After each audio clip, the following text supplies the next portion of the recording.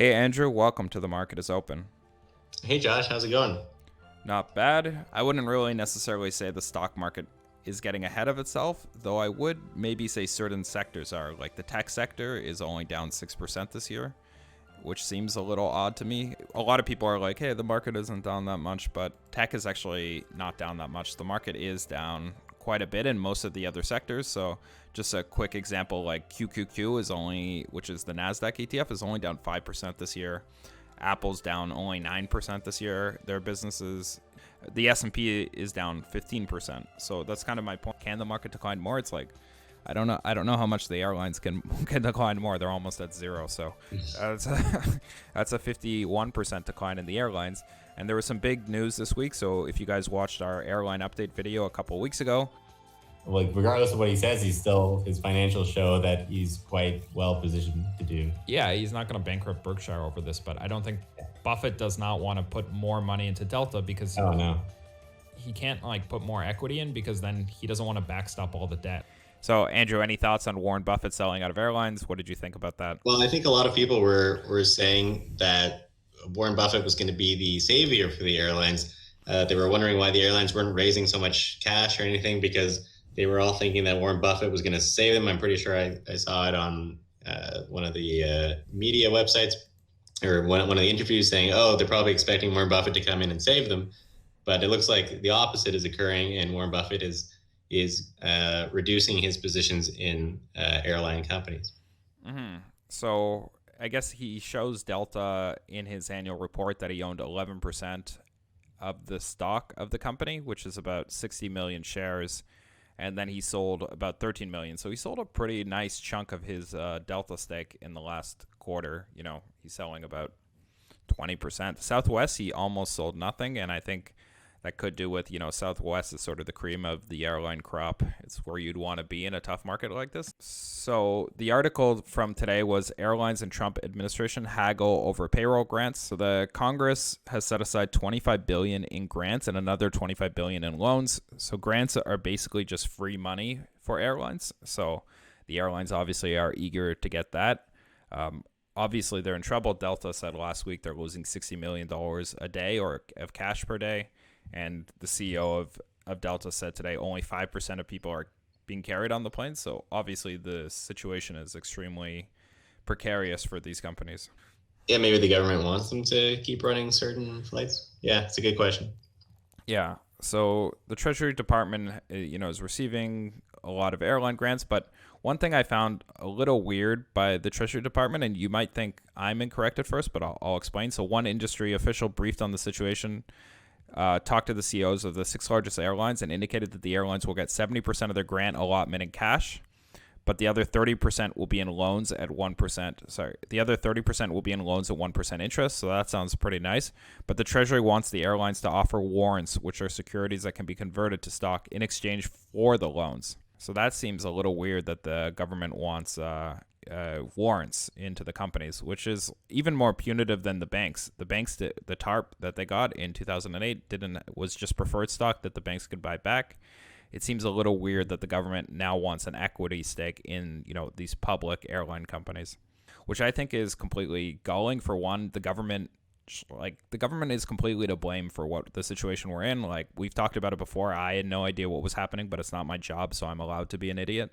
But the government's telling me that, you're going to destroy my whole business, and now you're going to take, look at American Airlines. If 25 billion are in loans, and let's say American Airlines gets half of that because it's one of the biggest that has the most employees, that's $10 billion, and 30% is grant money. That's $3 billion. Their stock is at $10. That's 300 million shares that would be issued by the conversion.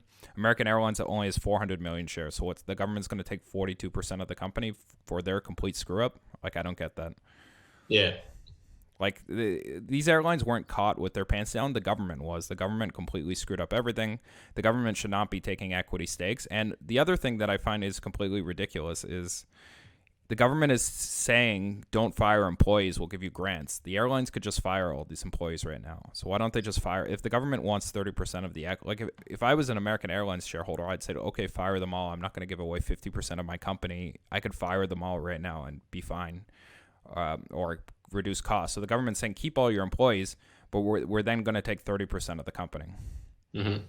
But why did Buffett sell Delta? Do we know?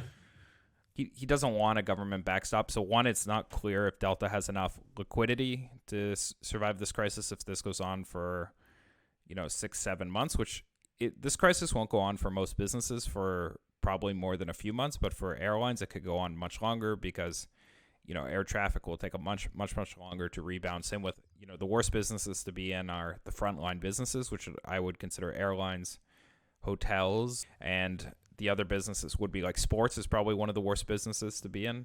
Yeah, the cruise lines. Yeah, cruise it's the lines. first thing that people cut when they have to cut back on their spending.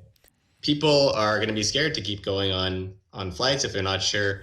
If you can, seems like you can get the virus on a plane, and you're not sure which countries have it, and you might not be allowed to travel for quite some time. So I think, yeah, the airlines are going to be a problem for a while. It is one of the few industries that will take much longer to come back, I think, like you were saying. Yeah, exactly. And it's unclear. I mean, our cash burn rate that we calculated quickly in our videos was assuming they would stop all flights. But if the government's saying keep all employees and now we're going to take all your money if you do that, so you're screwed both ways, like heads I win, tails you lose. And we allow Corona in the country, and we somehow the corporations are once again to blame for the government. It's amazing how the government could blame the companies again for their complete screw up. It's just That always happens, right? Doesn't Milton Friedman have a thing where he always says that it ends up being the government's, and they always push the blame onto other people? Yeah, he talks about he says during the Great Depression, they say the Federal Reserve is like, oh, we couldn't do anything to stop this. But he's like, whenever the economy's doing well, they're like, our amazing mastery of the economy. Or somehow they're trying to defer the blame onto the companies. I don't really know how they're going to get away with this for much longer. Like at some point, people are going to be scratching their head, and it's like, well, the government allowed in the pandemic, and it's the government's idea to shut down the whole economy. Like the second decision is the correct decision, but like, come on, guys, you're not going to keep getting away with this. Like someone has to be calling them out that, you guys are the one that screwed up. The airlines weren't prepared for this because they didn't expect that you would allow in a pandemic and then shut down the whole economy. No one ran that in their simulation. Just to finish on it, yeah. So I don't think Buffett wants to buy Delta just because I think the future airline profitability he may see as impaired for a little bit. But I think his bigger thing is, he wouldn't care so much if maybe the next 2 years traffic is impaired. I think he really sees that, what if the government takes a big stake and, there's a big liquidity issue for the company, for these companies right now. Like, can they survive? Especially a company like Delta, Southwest, I still think can survive. And for Southwest, the equity stake isn't as bad because their stock is not really down that much. I mean, it's down, $36. It's only down 35%. But a company like American Airlines, it's down 70%, and they were at $60 at the start of 2018. It's pretty devastating. Yeah, you're right. They're not very consistent, it seems, with what they're doing. Yeah, exactly. I saw that today too. So yeah, I think the whole economy is a mess. Everything is a mess. It's a little time to be a little sympathetic as government to big companies, small companies, but I don't think it's time to pick on certain companies like the airlines to say, hey, we're going to take a ridiculous equity stake on our grants in your company. Yeah. Okay. All right. So I hope you guys enjoyed this video on the airlines.